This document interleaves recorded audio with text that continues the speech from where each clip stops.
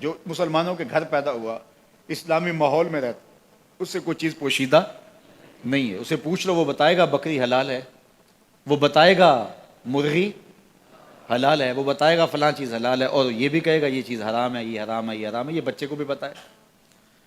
تو فرما ان الحلال بین و ان الحرام، حلال بھی واضح اور حرام بھی واضح، اور اس کے درمیان کچھ شبہ والی چیزیں. کچھ چیزیں واضح ہیں کہ یہ حلال ہے، کچھ چیزیں واضح ہیں کہ یہ، درمیان میں کچھ چیزیں ہیں کہ جس میں کوئی شبہ ہے.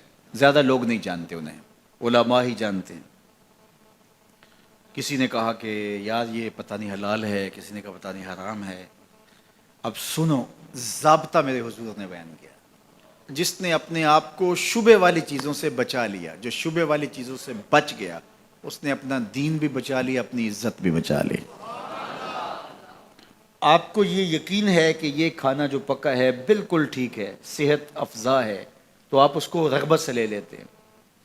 اور ایک کھانے کا پتہ ہے کہ یہ انتہائی خراب ہے اور مضر صحت ہے، تو آپ اس کو بالکل ہاتھ نہیں لگاتے. اور ایک کے بارے میں آپ کو شک ہے، پتہ نہیں صحیح ہے کہ پتہ نہیں خراب ہے، تو کبھی بھی اپنی صحت کا خیال رکھنے والا اس مشکوک کھانے کو نہیں کھائے گا.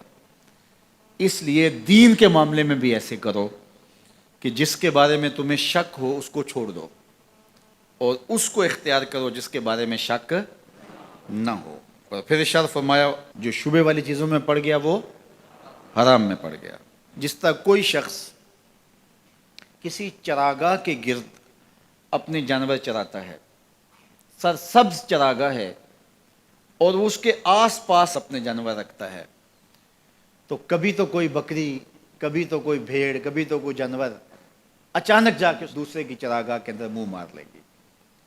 تو پھر ضرورت ہی کیا ہے اس کے قریب جانے کی؟ تو کہا جو حرام کے قریب جائے گا ایک دن حرام میں مبتلا ہو جائے گا.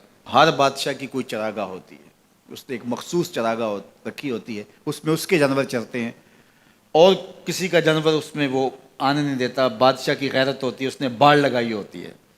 لیکن اگر کوئی اس چراگاہ کو عبور کر لے تو وہ بادشاہ جو ہے وہ غیرت کی وجہ سے اس جانور کو پھر چھوڑتا نہیں ہے کہ یہ میری چراگاہ میں آیا کیوں. تو فرمایا اللہ کی چراگاہ خاص اس کی حرام کردہ چیزیں، وہ گوارا نہیں کرتا کہ کوئی حرام میں مبتلا ہو. یہ ساری کہانی بیان کی حضور نے. پھر اس کے بعد حضور نے اس کو مزید خلاصے کے طور پہ مختصراً بیان فرمایا. میرے جان و دل حضور پہ قربان، کائنات میں ایسا فصیح نہیں ہوا کوئی جیسے میرے حضور فصیح ہیں. یعنی جو حدیث نور آپ نے پڑھی ہے، اس کا ایک ایک حرف واضح ہے، ایک ایک لفظ روشنی دے رہا ہے، اور یہ منزل نواز حدیث ہے. یہ ہماری زندگی کے اندر ہمیں خیر اور شر کی پہچان کروانے والی ہے.